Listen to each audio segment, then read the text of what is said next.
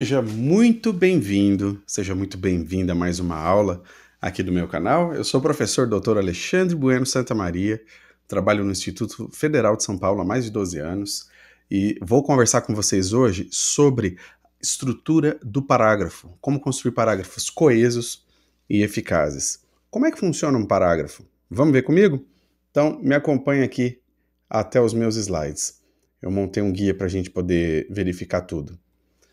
Veja só, primeiro de tudo, o que é um parágrafo? O que é, afinal, um parágrafo?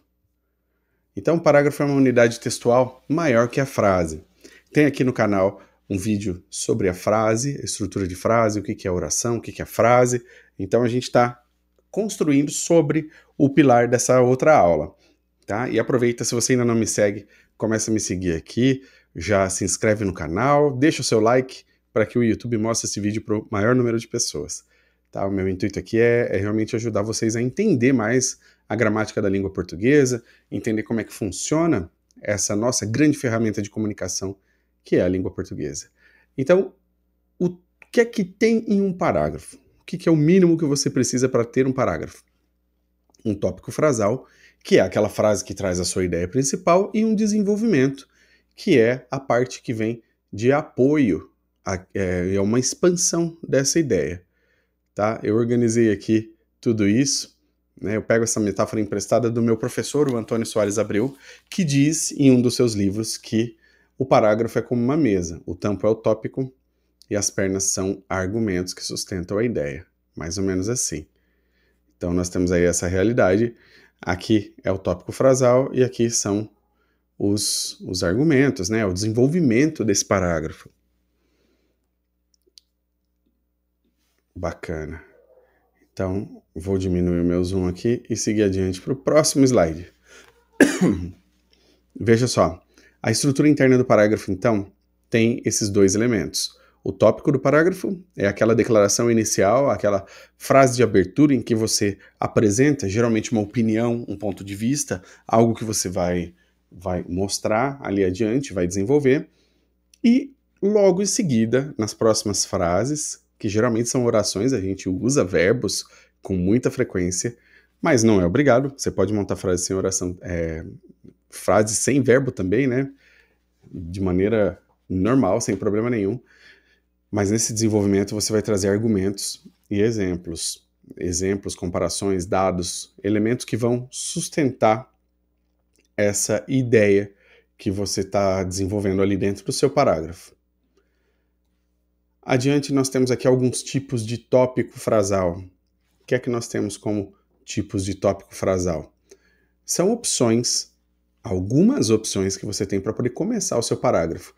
E esse tipo de parágrafo aqui são para textos que são, na maior parte das vezes, dissertativos, argumentativos, textos que vão ser informativos, textos que vão expor opiniões, fatos, vão dar instruções. Então, todos os textos costumam ter essa estrutura. Na narrativa, a gente tem algumas estruturas um pouquinho diferentes, eu não vou entrar em detalhes aqui.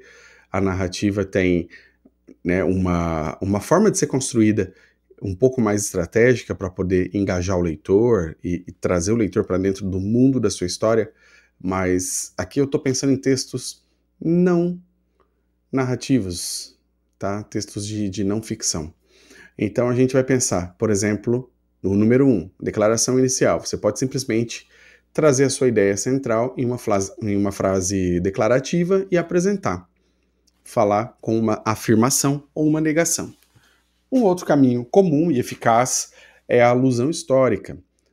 Por meio da alusão histórica, você faz referência a fatos reais ou fictícios como ponto de partida. Você inicia o seu parágrafo trazendo um acontecimento do passado, fazendo uma alusão, uma referência a algo que aconteceu antes. E a depender do texto, esses fatos podem ser reais ou fictícios. Você pode começar com uma interrogação, é uma forma também, começar com uma pergunta, trazer a abertura do seu parágrafo a começar com uma pergunta. Então ela precisa ser respondida ao longo do parágrafo, tá? Não dá só para fazer um encadeamento de perguntas. Até dá, mas não costuma dar muito certo. e você pode identificar, na verdade, identificar não, omitir dados identificadores. Começar, por exemplo, com suspense ou uma ocultação proposital de dados. Você esconde algumas coisas. Você coloca uma situação, mas esconde algumas partes dessa situação, alguns dados identificadores para criar um suspense. Não funciona para todo o gênero textual, mas em alguns funciona muito bem. Os tipos de desenvolvimento agora. Como é que a gente continua essa abertura que a gente fez lá no tópico frasal? Temos algumas opções, não tenho nenhuma intenção de esgotar isso aqui, de falar para você que são só esses os caminhos possíveis, existem outros, já dou esse aviso aqui de cara, mas um deles é o detalhamento, em que você amplia a ideia com descrições, informações, você lista causas, por exemplo aqui, ó, listar causas do estresse em cidades. Então eu faço uma abertura do texto, por exemplo, com uma declaração. Viver em cidades grandes pode ser muito estressante. Eu continuo listando causas do estresse. Você pode colocar definição, que é uma explicação da natureza na ideia central. É conceituar o que é estresse, por exemplo, aqui, nesse contexto. Então eu digo que viver em cidades grandes pode ser estressante, e aí eu continuo o meu parágrafo definindo o que é estresse. Estresse é uma condição humana em que os hormônios são alterados pela situação do ambiente e tudo mais. E aí eu arrumo alguma definição que pode ser minha própria, o meu jeito de explicar, de definir alguma coisa, ou pode ser uma definição de um dicionário, pode ser uma definição de um estudioso, tá? E só para deixar bem claro aqui, quando a gente pensa em definição, é realmente descrever de forma bem clara e direta aquele fenômeno ou aquele elemento que você está mencionando no seu texto. O que você encontra definições, para você saber como é que elas funcionam, você encontra definições em dicionários. Os dicionários são grandes conjuntos de definições das palavras. Não são apenas sinônimos, eles explicam o que as coisas são ali. Então é explicar o que é, isso é uma definição.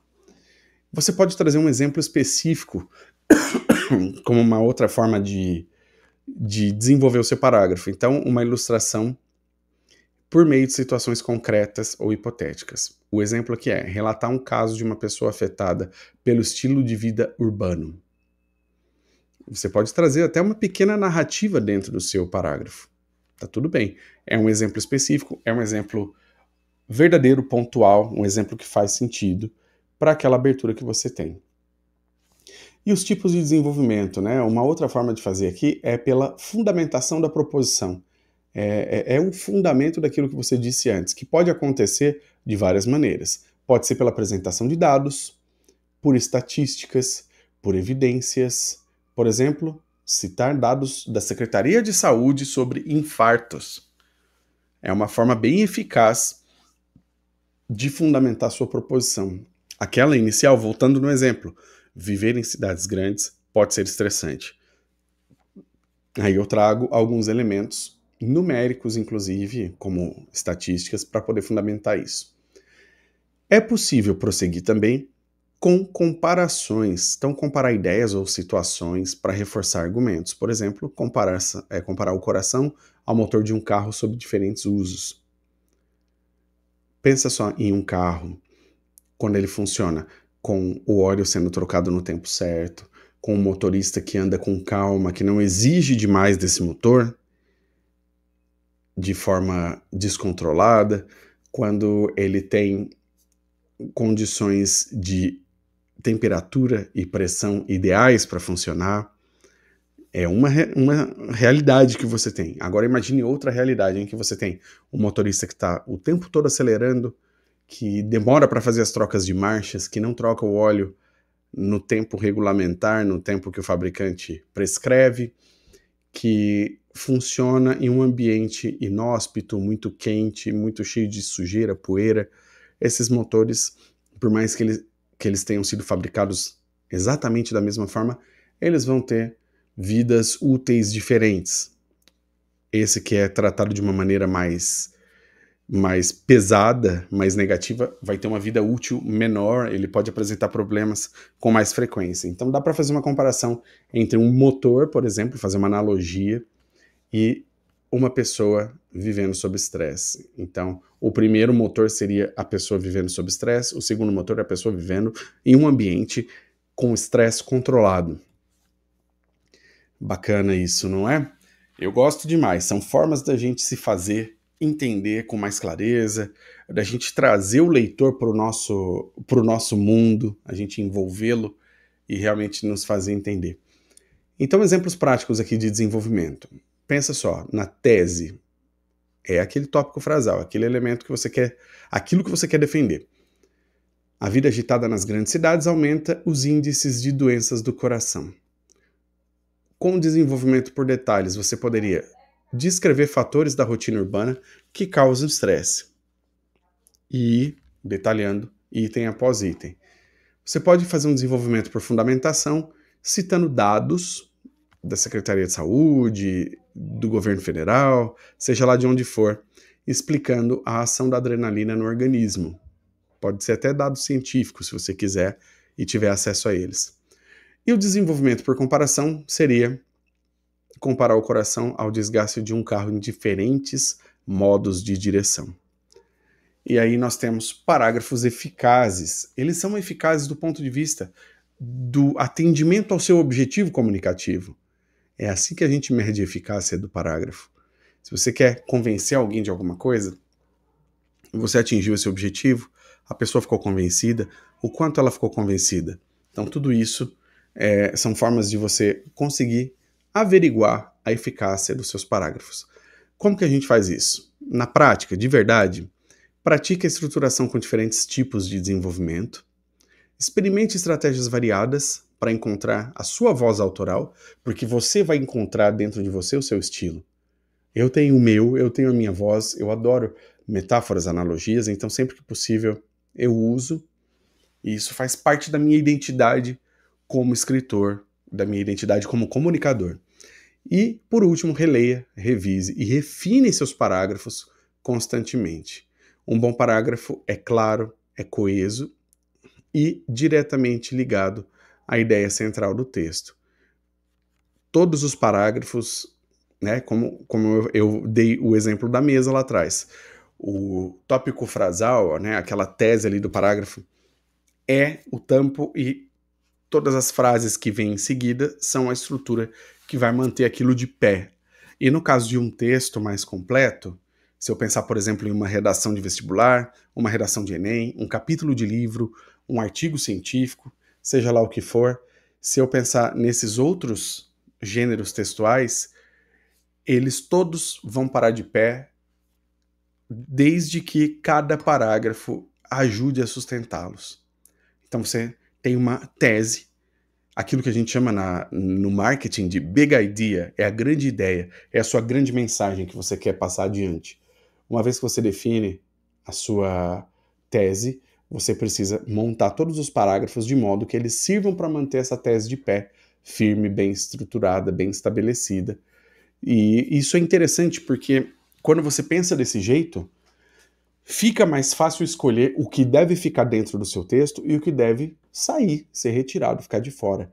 Se você está escrevendo alguma coisa que não tem como missão fundamentar a sua tese, fundamentar a sua grande ideia, a sua grande mensagem, essa frase ou esse parágrafo, seja lá o que for, pode ser uma imagem, uma ilustração, uma gravura, deve ficar de fora do seu texto. Eu vejo muita gente colocar dentro de textos elementos que não têm o menor sentido estarem lá e deixarem de colocar coisas que deveriam entrar. Então, quando você pensa desse jeito, fica muito mais claro definir realmente aquilo que deve fazer parte do seu texto. Tá bom? Então, eu agradeço, muito obrigado por ter passado esses minutinhos aqui comigo e nos vemos no próximo vídeo. Até mais!